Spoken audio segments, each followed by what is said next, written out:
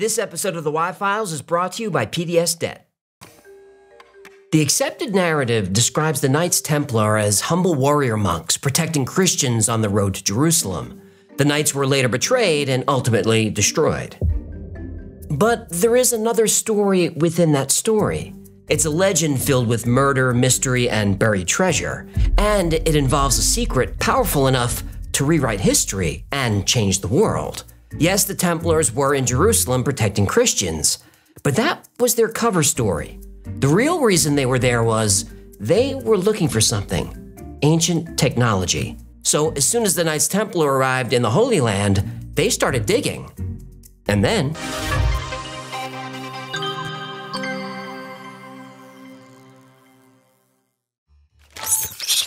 yeah, I know, Seymour, but it's only for a couple of days.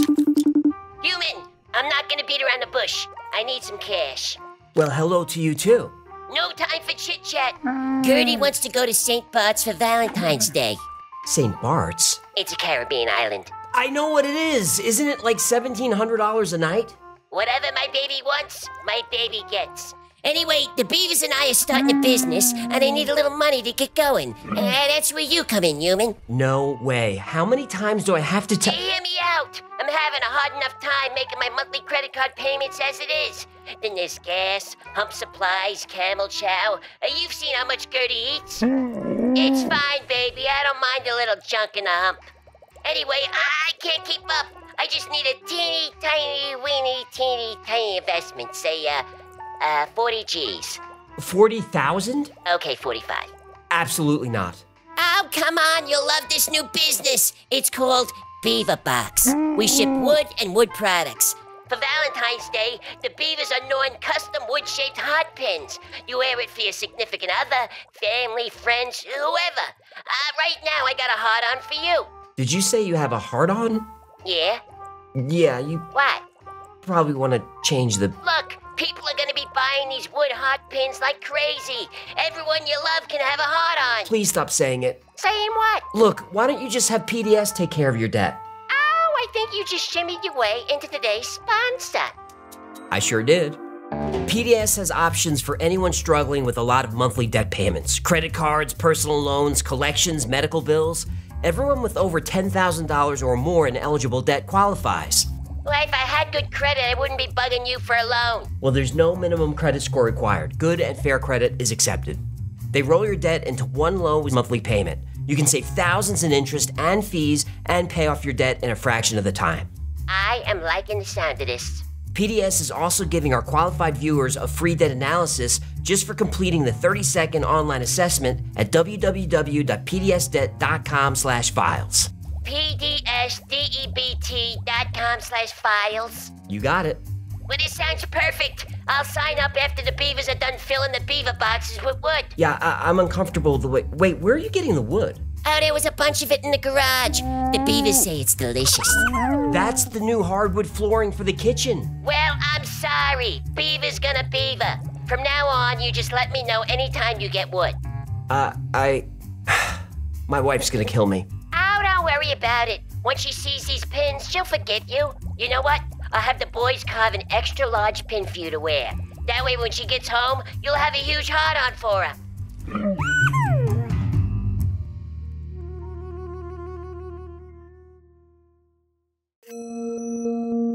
The Knights Templar were formed in 1118. At least that's when they were officially formed. The real story began many years earlier in Constantinople, now Istanbul. Istanbul was Constantinople, now it's Istanbul, not Constantinople. Been a long time gone, Constantinople, but a Constantinople get the works. That's nobody's business but the Turks. What? Tell me that song didn't pop into your head the second you said it. No, it did, but do you mind if I— Istanbul.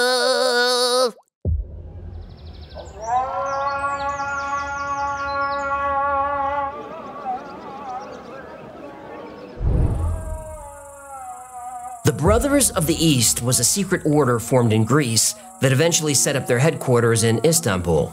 They practiced alchemy, they studied sacred geometry, they performed rites and rituals incorporating astrology, astronomy, music, and mathematics. So when Hugh de Payens, a French nobleman, met the Brothers of the East, he was excited. Depaynes was technically Catholic, as most of Europe was, but he had family members who were of the Sufi Islamic faith, which is the more mystical side of Islam. Depaynes had been told of this secret group that possessed and was protecting ancient knowledge. He wanted to meet this group and see for himself. At this time in history, Europe was in chaos. Various kingdoms were rising and falling and warring with each other. In the East, Muslims and Christians were clashing. The world was tearing itself apart, yet the brothers of the East possessed a peaceful wisdom. They weren't concerned with modern politics. The brothers had a purpose that was much more important. Once mutual trust was established, the brothers of the East told the European visitors their story. Well, not their story, the story.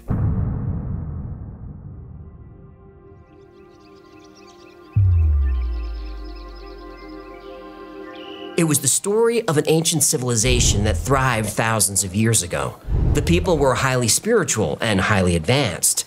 It was a civilization that was free of poverty. Wealth was meaningless. They devised methods of growing crops so that every citizen was fed. They could control the weather. Droughts and famine were impossible. To Hugh Depaynes, this civilization had abilities that sounded like miracles or like sorcery. They could communicate over long distances instantly somehow. They had a way of levitating objects no matter how large or how heavy. They had medicine that could cure any illness, allowing people to live very long lives. War didn't exist. There was such an abundance of resources that anyone can have whatever they wanted. And what these people wanted most was to pursue their own spirituality. And then they were gone. How, Depaynes asked, could a civilization this powerful, who seemed to be able to control nature itself, be suddenly wiped out? The brothers of the East said in a single day the ground shook and volcanoes emerged and erupted. Then a giant flood swept over the earth and destroyed everything. Ah, I know where this is going. It was then that Hugh Depaynes and his 8 knights learned of Atlantis. Yahtzee!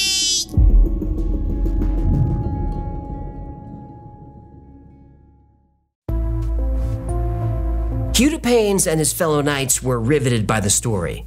Depaynes was a nobleman, a count in fact. He was the Count of Champagne. Le Mouet Champagne. Oh, pardon my French. Depaynes was an educated man. He knew about Plato and his stories of the island of Atlantis. He thought they were just stories. The brothers said Plato was mostly correct. But Atlantis wasn't just a city or even just an island. It was a civilization that spanned the globe. And each city was connected using transportation technology that again sounded like magic. The story became almost overwhelming. Almost. The brothers said that ancient relics of Atlantis still exist, and they still possess their power. The power to travel great distances, the power of communication, the power to heal, perhaps even the secret to immortality. If ever discovered, these artifacts would be the most powerful and dangerous devices on Earth. Depaynes said that any kingdom, any country, any religion would kill to have access to this power. The brothers of the East agreed.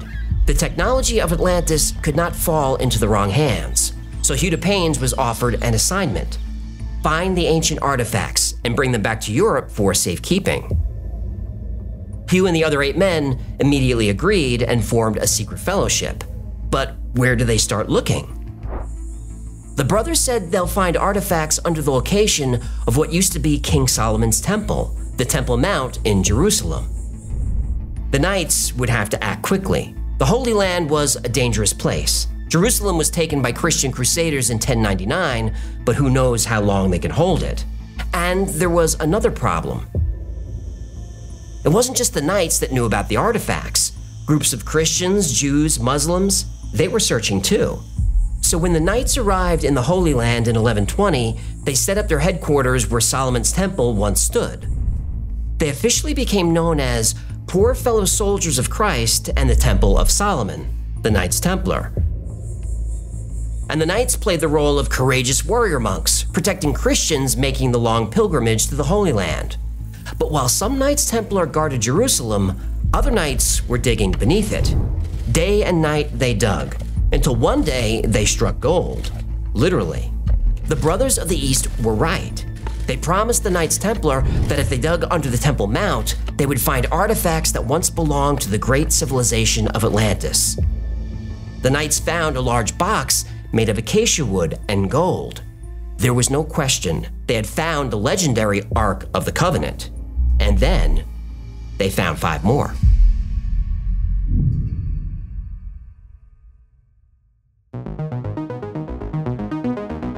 Year after year, the Knights Templar pulled treasures from beneath Jerusalem.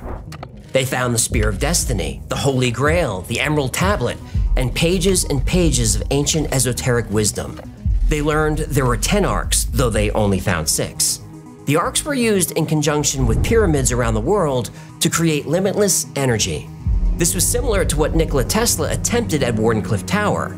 If you want to learn how this technology worked, we have an episode that explains scientifically how the Great Pyramid of Giza could have been a power generator. Pyramid link below.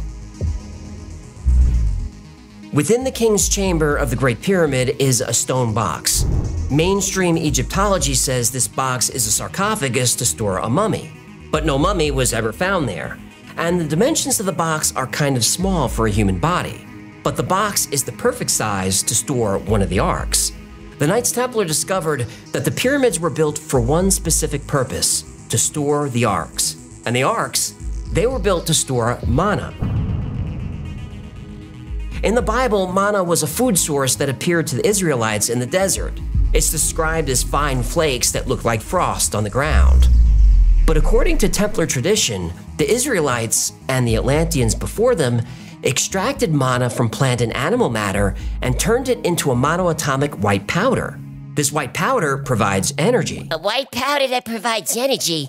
New York in the 80s was wild, eh? You're thinking about something else. The manna acted as an electrical superconductor and powered the arks inside the pyramids. The arks generated unlimited energy for the thriving civilization.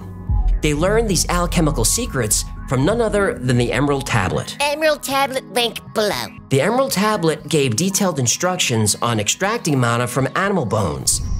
The manna could then be used for energy or even for healing illness. Didn't the Emerald Tablet also tell you how to become immortal by making the Philosopher's Stone? Yup. From eating pea? Yes. Eating lots of pea? Yes.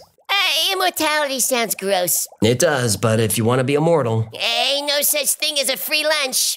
Nope. Even if lunch is pea. That's enough. Some of these ancient texts even talked about creating manna from gold. When manna was extracted from gold, it could be used to make objects lighter, for levitation. Now think about it. The Ark is a box almost 4 feet long and 3 feet wide. It's made of gold. Gold is heavy. The Ark of the Covenant also contained the 10 Commandments, which were carved into stone tablets. Stone is heavy. Just the gold would have weighed almost 1,000 pounds. That doesn't include the weight of the stone or the acacia wood. Yet it only took 4 men to carry it. By the way, the men who carried the Ark were Levites. Levite. Levitation. Ark of the Covenant, link below. The Knights Templar also found very old texts that even predated the civilization of Atlantis. These documents spoke of a non-human race that enslaved humanity thousands of years ago to mine gold. Anunnaki! Yahtzee.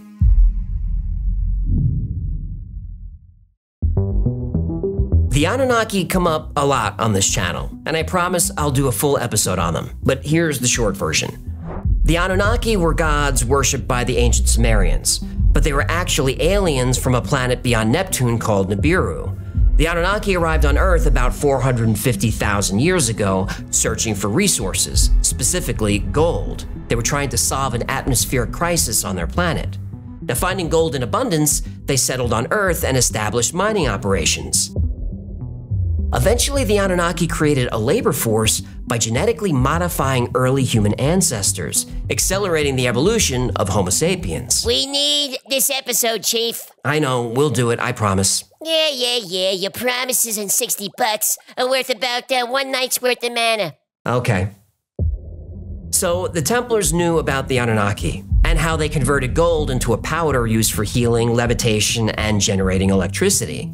And it wasn't just the Atlanteans and Israelites that knew about mana. Sumerian texts spoke of an alchemical science called Graal, which you can't help but notice is similar to the word grail. The Sumerians used a substance called Shimana that was used to help the Anunnaki gods power their flying craft. In Vedic, Hindu, and Jain texts, this substance was called Vimana, which again was used to power flying crafts. Polynesian cultures believe mana is a force of nature anyone can extract. Buddhists call it mani. Though the words vary slightly in all these cultures, the definition and use are the same.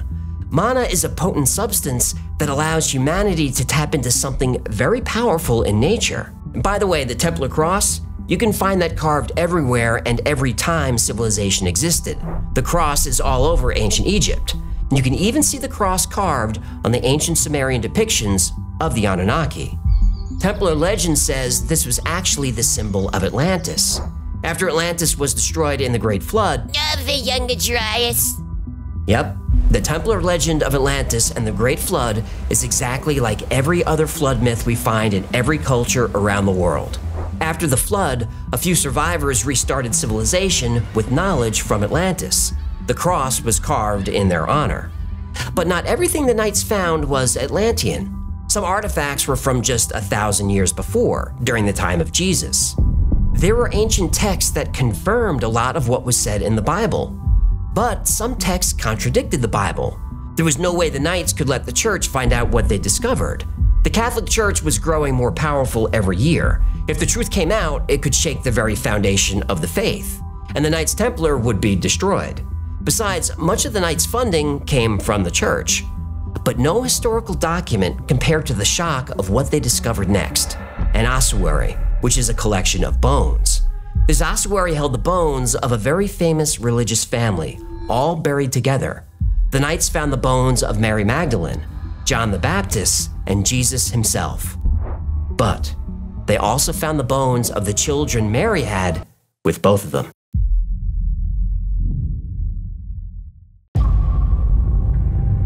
To call what the Knights Templar discovered blasphemous would be a huge understatement.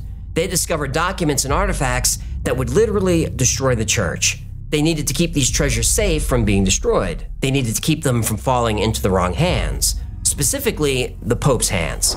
The Templars knew that the existence of the bones of John, Jesus, and Mary Magdalene and their children would mean the end of the Catholic Church. But to rub salt in an already gaping wound, the Templars found something potentially even more threatening to the church: an alternate belief system. The Templars were Christian, but not in the strictest sense, as most of Europe was, and more importantly, as their king and employers were. Spreading information contrary to the teachings of the Catholic Church was not only heresy, it was a death sentence. Remember, this was all happening at the time of the Crusades. Religions were at war.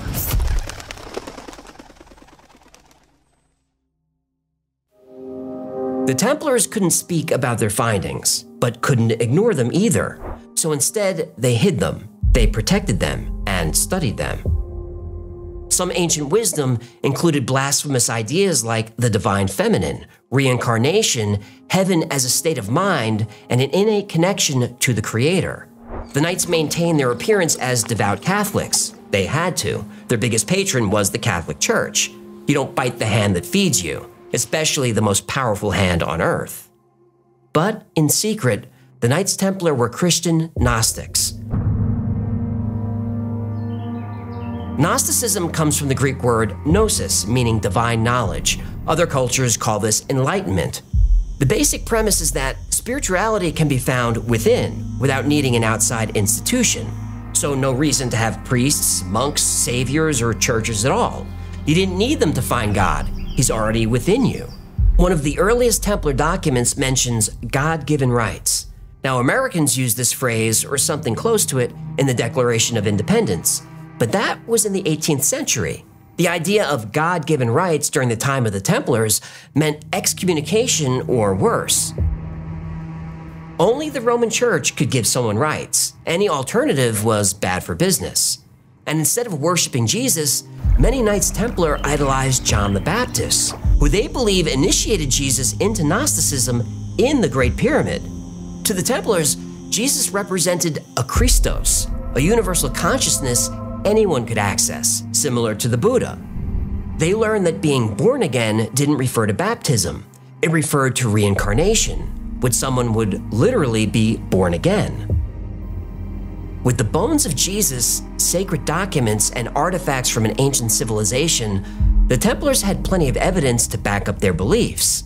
They wanted to share this knowledge, but it wasn't the right time. The church was too powerful. They would have to wait. They would wait until this knowledge could be shared with the entire world and not seized by one pope or one king.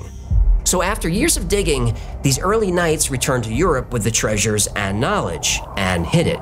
And then they built an empire.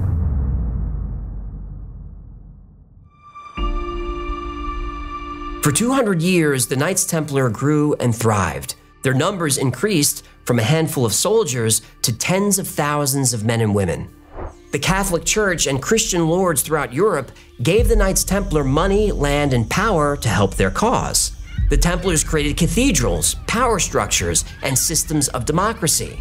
They created the first banking system, a system we still use today. During the Dark Ages, the journey from Europe to Jerusalem was dangerous. Road agents were robbing the pilgrims of everything they had. So the Knights Templar set up locations along the way called commanderies. At any one of these locations, you could deposit your gold in exchange for a note. You then take this note to another commandery and exchange it for gold. And for every transaction, the Knights Templar charged a small fee. It was an ingenious system used by thousands of people for hundreds of years. Over time, those little fees added up. Now, individually, the knights were poor. When joining, you gave all your wealth to the order. The order then took care of you and all its members. The treasures and knowledge passed from generation to generation, with each Grand Master responsible for their safekeeping. And for those few hundred years, the Knights Templar were extremely successful at distracting the church from their true purpose. A little too successful. Eventually, the Knights Templar had their own armies, their own fleets of ships. They had their own merchants, masons, and farmers. They were independent and self-sustaining. The Knights Templar became the first multinational corporation. They had no need for a king or country. In fact, the opposite happened.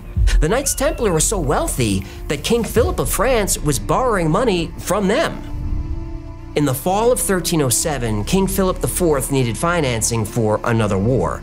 He wasn't going to borrow any more money from the Knights. Instead, he would take it from them. The Templars had gone from humble defenders of Christianity to a serious threat to the entire power structure of Europe, the king and the church. And like many powerful rulers, King Philip didn't tolerate threats. So Philip and Pope Clement V devised a plan. Pope Clement, by the way, was born Raymond Bertrand and was a childhood friend of the king. When the previous pope died in 1304, King Philip made sure his friend was elected to what was one of the most powerful seats of power on earth. In short, the pope owed him one.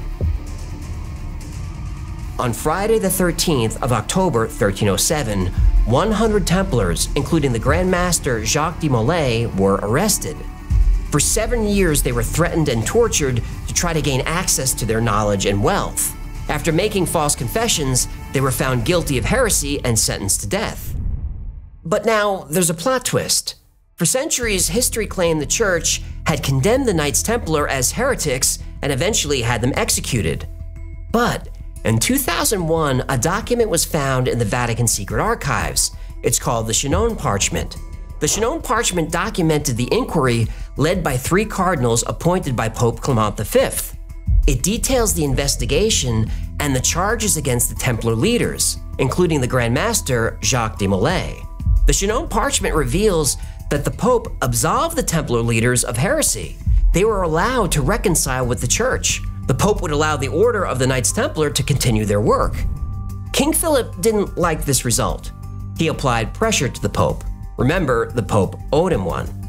So in 1312, Pope Clement officially disbanded the Knights Templar. The leaders of the order, including Jacques de Molay, were later burned at the stake on charges of heresy, even though they were forgiven of these crimes. But Grandmaster Jacques de Molay would enact a small token of revenge for this betrayal of justice. As he slowly burned to death, Molay issued a curse to the Pope and the King of France. He promised them that they would be dead within a year. This was March of 1314. A few weeks later, Pope Clement was dead. According to one account, while lying in state, he was struck by lightning. The fire was so intense that his body was unrecognizable. And if you read up on this pope, you'll agree that this was divine justice. In November, King Philip had a stroke and died. He was 46 years old. The Templar curse was fulfilled. France had now lost its king and its pope, and Europe had lost their beloved knights, or so it seemed. When the arrest order was given on October 13th, the Knights Templar knew it was coming. They had spies everywhere they had known for weeks, and they used those weeks to plan. On October 12th, the night before the arrest order was given, the Templars' entire fleet of ships disappeared into the darkness. And aboard those ships were all the ancient Atlantean artifacts, the holy treasures, and forbidden documents. Jacques de Molay and about 100 knights stayed behind. They hoped they could reason with the king and the pope. They failed in that mission, but succeeded in another. Disbanded but not destroyed, in hiding but not in prison, the Templars formed into smaller groups. They assimilated into other orders. Some assumed new identities and disappeared altogether. The Knights Templar in name ended in 1312, but their mission continued. In fact, it continues today. The evidence is everywhere.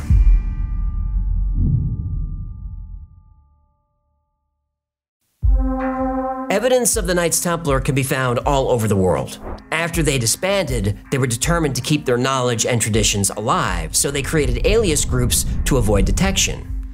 In Scotland, they became Freemasons. Portugal, they were known as the Knights of Christ. In Germany, they created Rosicrucianism. There's also evidence of them in the early Americas. Nova Scotia has the legendary Oak Island, with buried Templar treasure and deadly curses. An indigenous tribe in Panama, known as the White Indians of Darien, have pale skin and Caucasian features. Some believe they're descendants of the first Templars in the Americas. When asked about the Knights Templar, the natives called them our brothers. In early Europe, Templars were the first Vikings. The first pirates were Knights Templar. The famous skull and crossbones symbol, the Jolly Roger, that flag was first flown by the Templar Navy to frighten their enemies before battle. One of the most famous Templar symbols is the red cross with a white background. Another is the depiction of several knights on a horse, like this statue in London. Both of these are found in cathedrals and chapels all across Europe. If you read or saw the Da Vinci Code, you may remember Rosslyn Chapel in Scotland. Pagan and Templar symbols are on every inch of it. Some, like this carving of a knight on horseback, are obvious. This is the gravestone for William Sinclair. It's in the lower part of Rosslyn Chapel. It specifically says Knight Templar. William Sinclair had no love for the church and provided help to any Knights Templar who asked for it. But it's not just crosses and horses that the Knights engraved on their architecture. There are more subtle clues relating to some of their Gnostic and sometimes pagan beliefs. Sculptures of angels in strange positions are common in Rosslyn Chapel and are an important rite in Freemasonry. But Freemasonry wasn't supposed to have started until 1717. Rosslyn Chapel was built in 1446. Over 100 of these little green men are scattered around Rosslyn Chapel. They're pagan symbols and thought to originate from ancient Celtics. Paganism simply refers to anything that isn't Christian, Muslim, or Jewish. Why would there be hundreds of non-Christian symbols in a Catholic church? Templar legend says they were placed there as a message. Some of the more interesting carvings are of plants that Europeans never should have known about. This is a picture of corn over one of the windows in Rosslyn Chapel, and here's one of trillium. But corn and trillium are native to North America. Rosslyn Chapel was built almost 50 years before Columbus sailed to the New World. How would Templars know what these plants look like? Well, isn't it obvious? They were there first.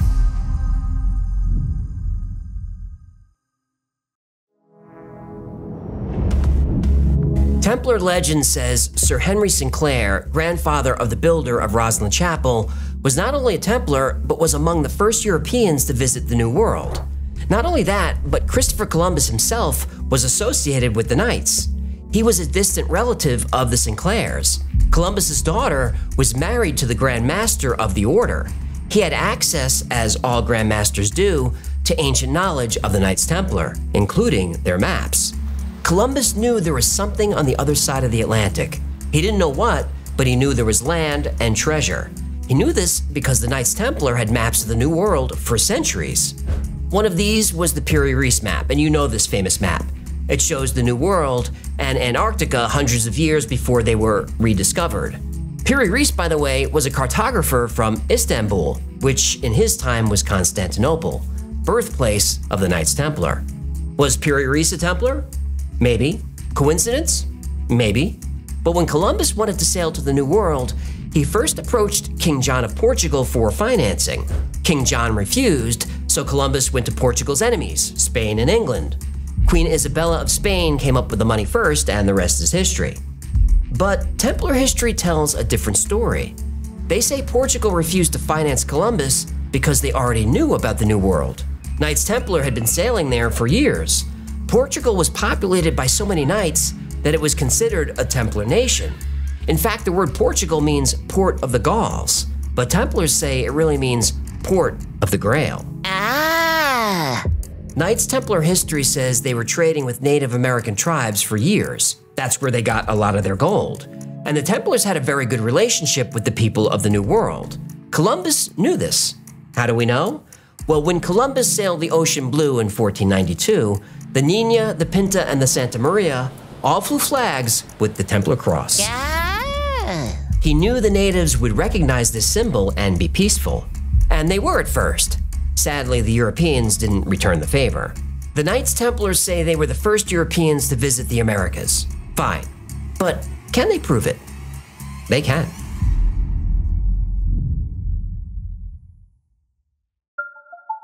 In 1898, Olaf Oman was clearing land on his farm in Minnesota when he stumbled upon a strange-looking rock.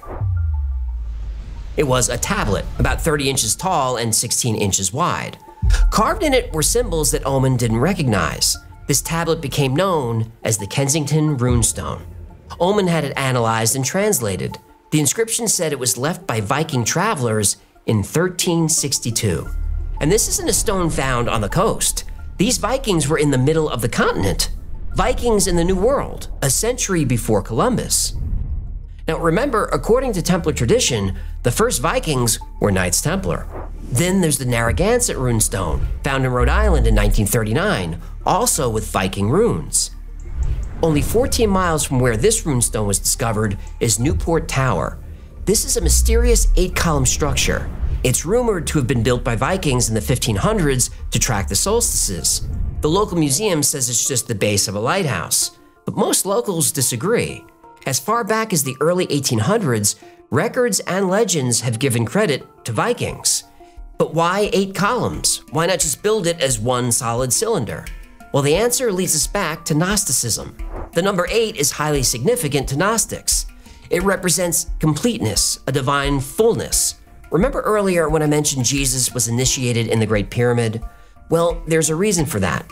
If you watched the episode that we had about the pyramids, Link below. You'll remember that the Great Pyramid has 8 sides, not 4. To this day, Templars are initiated in the Great Pyramid, and they believe that Egypt was one of the main sources of wisdom for the original knights. And if you look, the number 8 is everywhere in Templar symbolism and architecture. The Maltese cross has 8 points, and was worn by a medieval order of knights that were attacked by fire. Today, it's the symbol of many firefighters. Yeah, shout out to NYFD, New York's bravest, eh? Hear, hear. Buildings like Temple Church and Ely Cathedral in England have octagonal features and the number 8 scattered all over the place. You only have to look at a few pictures of Rosslyn Chapel to start seeing the number showing up again and again. Evidence of the Knights Templar is everywhere. Now, we can't cover the Knights without mentioning the Freemasons. Countless rites, symbols, and beliefs connect the two groups almost seamlessly. Masons trace their origins back to the Temple of Solomon, just like the Templars. On Oak Island, Nova Scotia, a money pit was discovered in 1795, along with a Templar engraving. Since then, the Freemasons have been involved in almost every search for the lost treasure. Both Masonic symbols and Templar crosses are scattered across the island. The connection between the groups is so deep that they still see each other as brothers to this day. Another Templar connection is with Rosicrucianism, which heavily emphasizes the rose and the cross, both Templar symbols. But why?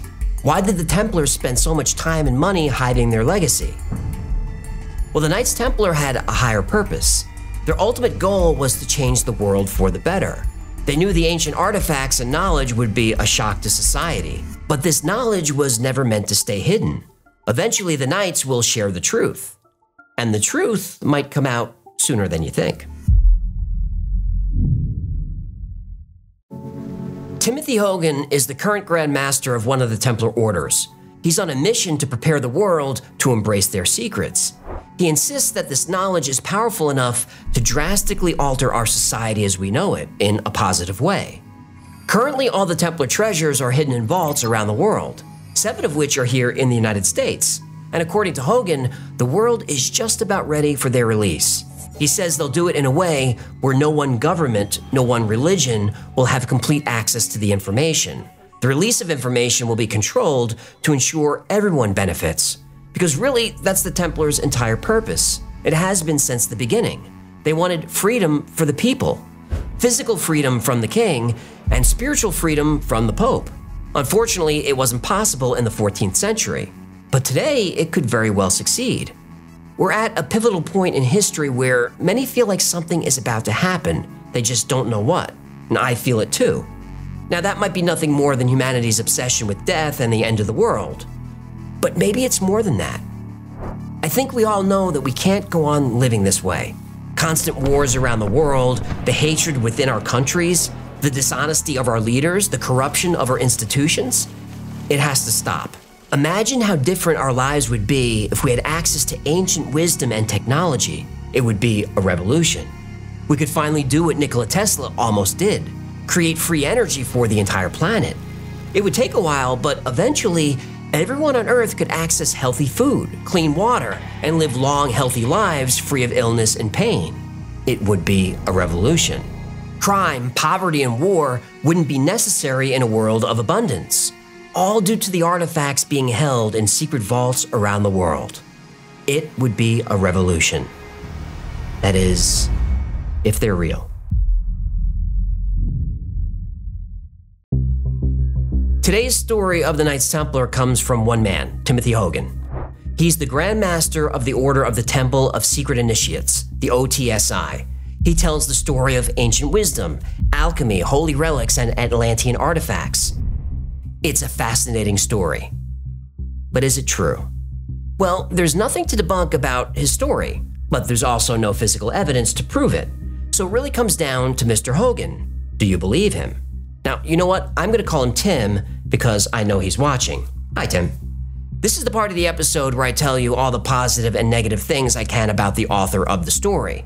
But today we have to do things a little differently. Recently on live streams, I've been cold reading rough drafts of scripts for this channel. You probably assume this, but I have a team of writers, researchers, and contributors because, well, I need to. My cute 12-minute videos about weird animals have now become 40-minute documentaries. I'm just a guy who talks to a fish. I need help. Anyway, when I read the scripts live, I'm literally reading them for the first time along with you. Obviously, they're never final scripts. I rewrite everything I'm given. I also research and fact-check as much as I can. Oh yeah, then this one has to put in his jokes. Nah, you'd be nothing without me. Well... Nothing! But here's where things took a turn. First, after reading the draft, I was contacted by a viewer. Hi, Stan. Stan knows Timothy Hogan. He felt that the script was unfair to him, that it attacked him too personally. And you know what? I think Stan was right. You can still see the live read on the channel under the live tab, but here's the short version. The script brought up Tim's divorce and a situation he had with a woman who was suffering from addiction and mental illness. She took over his Facebook page and posted wild stuff as him, like she was the reincarnation of Mary Magdalene, so that makes him Jesus, and things like that. And look, those things happened, and it's not a good look. But are they relevant to his story about the Knights Templar? Absolutely not. Just like my exes aren't relevant to the work I do now. Yeah, you got some real pieces of work in your past. I know. Some real pieces of work, I tell ya. I know. I went through some rough patches. Your wife is a saint. I can't deny that. But that's the point. Tim's personal life is just that. Personal, and I don't really like gossip. Okay, I like gossip, but I don't do it on the channel. Well, you do it on the live streams. Okay, that's fine. Let me get through this. So Tim's personal life is irrelevant, but his professional life regarding his work with and as a Knights Templar is relevant. Tim has detractors, people that don't like him, people that don't believe him. I asked the researcher where she found these people. They're on Reddit, aren't they? They're on Reddit. Oh, they hate you on Reddit too. Oh, they don't love you either. Fair enough. Tim's detractors are what seem to be members of different orders of the Knights Templar or other fraternal organizations. It's actually hard to follow if you're not in that world. Now, people often ask me if I'm a Mason or in groups like that, and I'm not. And I joke that I'm not a joiner. I don't play well with others, because that's true. So when people talk about Grand Masters and 7th degrees and secret handshake grips and all that stuff, I don't get it. I don't impugn it, but I really don't get it. But the people that are in those groups do get it, and they take it very seriously.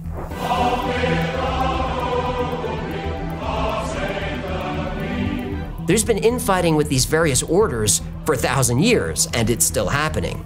This board voted Tim off, or that group wanted him out. He didn't like what another group was doing, so he left, that kind of thing. Are the internal politics of these fraternal groups relevant to his story of the Knights Templar? To me, no. There are people who call Tim a fraud, that he makes claims that aren't true. Well, I'm going to read you a few of his claims, and these are Tim's words in an email to me. Laugh it up. It's going to happen to you too. It was also suggested that I say I'm a descendant of a Revolutionary War Templar, which is actually true. My great-grandfather 7 generations back was General Joseph Warren of the Revolutionary War. True. He initiated Paul Revere, and he helped plan the Boston Tea Party. He was an alchemist and a doctor, a Templar Grand Commander for the region, and his relationship with Paul Revere was largely based on studying alchemy. Paul Revere was a silversmith. That's true. My grandfather Hugh Warren also taught metallurgy at Denver University. My great-grandfather James Baden Warren also knew metallurgy, and he was the Grand Lecturer for the Masonic Grand Lodge of Pennsylvania, and he was a Grand Commander of the Knights Templar. True. My father was Stephen D. Hogan, mayor of Aurora, Colorado, and had been active in politics my entire life. He was also a Templar. There are highways and convention centers named after him in Colorado. True. We continue covering Colorado first at 5, and we travel to Aurora, where the city hosted a groundbreaking event for the Stephen Hogan Parkway. Project closed about a 2-mile gap between the existing 6th Parkway on the west and E470 on the east. But even though he always had politics going on, he always tried to make time for us individually and to make us feel special. I ran for mayor after he passed away in a special election and lost by 2 votes. Anyhow, my family on both sides had been Templars, and I was first knighted into the tradition at 8 years old as a page. Now, I've seen these claims challenged online, but everything I could find says that Tim is telling the truth about his family. There are a few other criticisms of him online that he addressed in his emails to me. I don't find a lot of it relevant. It's mostly personal, but Google him and decide for yourself. Here's where I stand. I've watched and listened to interviews with Tim that go back about 10 years. I've read 2 of his books. Well, skimmed. I watched his entire series on Gaia, which is fascinating, by the way. Tim Hogan has an encyclopedic knowledge of the history of the Knights Templar. Names, dates, meanings of words, ancient rituals, everything connecting the Knights to ancient Egypt, various pharaohs and kings and popes. Tim knows it all. And if you're into this subject, listen to one of his interviews. He's knowledgeable and riveting. And when we finally get the studio finished here, Tim agreed to come in and talk to me and have his claims challenged. But what about his claims? Well, from what I gather, and this is only my opinion, Tim will lean into information depending on the situation. Meaning, if he's being interviewed by an historian or someone focused on hard facts, Tim sticks to the facts. He'll bring up the theories and label them as such. Legend says, or people say, that sort of thing. If he's in a forum where the wild claims are expected, he'll lean into those. Now look, I love Gaia. I'm a paid subscriber. But everybody on that channel believes everything, and a lot of it is bunk. A lot of it. But Gaia viewers want the wild stuff. What was Atlantis? Was it a place? A culture? And what happened to it? I'm Timothy Hogan, Grand Master of the Knights Templar. And I'm Scott Wolter, a forensic geologist and a Knights Templar. And this is Mysteries of the Knights Templar. I don't think Tim believes every theory he discusses. I think he's intelligent and entertaining, and I think he caters to the audience. Now, at first, that might sound dishonest, but it's exactly what I do here. I tell the story, the legend, the myth as it's meant to be told. Then we break it down together. I'm not trying to lie to you. I'm trying to entertain you. I'm not a journalist. I talk to a fish. We do this for fun. Now, there are some bold claims that Tim sticks by, like the vaults containing the arks and ossuaries of remains. He says these are real, he's seen them, and the information is coming out. The purpose of the show on Gaia is to, in Tim's words, bring people up to speed. Okay, that's fair, but that's not evidence. And bold claims need hard evidence. I'm gonna be very honest. One of my most loyal patrons was upset about the Mary Magdalene, Jesus, John part of the story. That's the ossuary, the bones. He felt it was insulting to Christianity and I should leave it out. But it's such an explosive claim, I needed to tell you about it. If I left it out, I'd feel like a liar and a coward. That said, I did check with other people of faith in my community. They said it's part of the story, leave it in. And if you followed this channel for a while, you know that I greatly respect religion and people of faith. Well, so I mentioned the arcs. Accordingly, we also have ossuaries with the bones of certain holy figures that we're hanging on to. By the way, I've only seen Tim discuss that story about the bones once, and he was reluctant to do so. He knows it's touchy. Well, okay. Well, you just can't get away with, without naming names, ossuaries of whom? They would be referred to as the Holy Families. So it would be, John the Baptist, Jesus, Mary Magdalene, and their kids. He said he'll allow DNA testing, but he was also very clear that he had no intention of insulting anyone's faith. One of the biggest hurdles that we're trying to get over with all of this is that we're not trying to invalidate anybody's beliefs. We're just trying to say that there might be a little bit more to the story. And I believe him on that point. Tim's been accused of doing so many interviews and giving so many lectures because he wants to sell books and get people to watch his show. Does that mean he's lying? No, he's promoting. Graham Hancock is everywhere when he has a book out. He wants people to buy it and read it. So what? I'm a huge fan. I buy all of Graham's books and watch all of his shows and interviews. I've seen every minute of him on Rogan. I don't have to believe everything Graham says, but I enjoy the material. Same with Tim Hogan. You don't have to believe his story to enjoy it. Stories of Atlantean treasure, free energy, and ancient documents, that's nothing new. Those legends have been around forever. Now they may be true, but until we have physical evidence, they are still legends.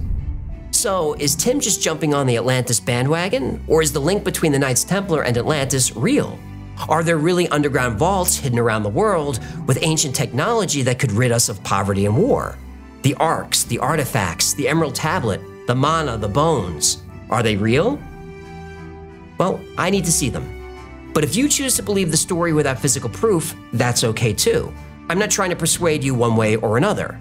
Tim insists that the Templars will reveal these artifacts very soon. If there are no artifacts, why make that promise?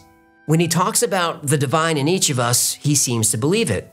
But that could be my own bias, because I also believe that the divine, God, the universal energy, the whatever you call it, I believe that is in each of us. And I don't think that belief has to contradict anyone's faith. That's why it's called faith. If Tim Hogan is telling the truth, humanity's future might not be as doomed as we think. And maybe the catalyst, the change, the evidence we need is hiding in a vault right now, right beneath our feet. I don't know if it is, but I truly hope so.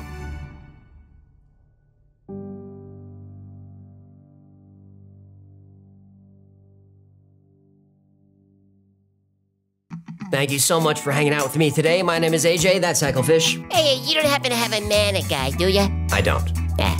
This has been the Y-Files. If you had fun or learned anything, do us a favor, like, subscribe, comment, share. Those buttons really help us out. And like most topics we cover on the channel, today's was recommended by you. So if there's a story you'd like to see or learn more about, go to theyfiles.com/tips. And remember, the Y-Files is also a podcast. Twice a week, I post deep dives into the stories we cover here on the channel. I also post episodes that wouldn't be allowed on the channel. They're called Unredacted. Podcast is called The Y-Files Operation Podcast, and it's available everywhere you get your podcasts.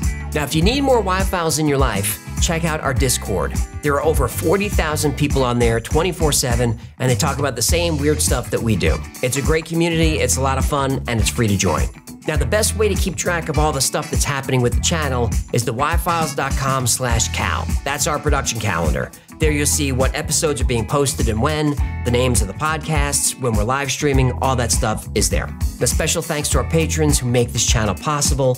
Every episode of the Y-Files is dedicated to our Patreon members. I don't deserve the support that you give, but I'm truly grateful for it. Without you, there'd be no channel. Now, if you'd like to support the channel, consider becoming a member on Patreon. For as little as $3 a month, you get access to perks like videos early with no commercials, access to merch only available to members, plus you get 2 private live streams every week just for you. My camera's on, your camera's on, if you want. It's a lot of fun and it's a great perk. Another great way to support the channel is grab something from the Y-Files store. Grab yourself a Hang of His t-shirt or a coffee mug that you can stick your fist in along with a beverage of your choice. Or grab a hoodie with my face on it or one of these squeezy stuffed animal tugging, hecklish tugging fish toy dolls. And that's gonna do it. Until next time, be safe, be kind, and know that you are appreciated.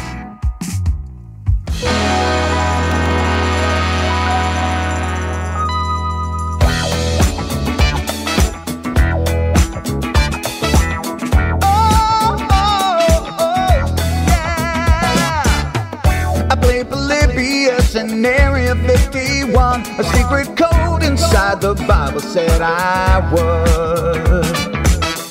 I love my UFOs and paranormal fun, as well as music, so I'm singing it like I should. But then another conspiracy theory becomes the truth, my friends, and it never ends. No, it never ends.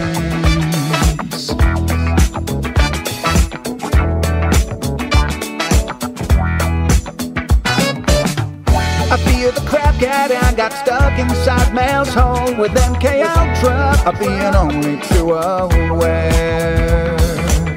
Did Stanley Kubrick fake the moon landing alone on a film set, or were the shadow people there? The Roswell aliens just fought the smiling man, I'm told, and his name was Cold. And I can't believe I'm dancing with the fish. Heckle fish on Thursday nights with AJ2, and the Wi-Fi's have been beat all through the night. All I ever wanted was to just hear the truth, so the Wi-Fi's have been beat all through the night.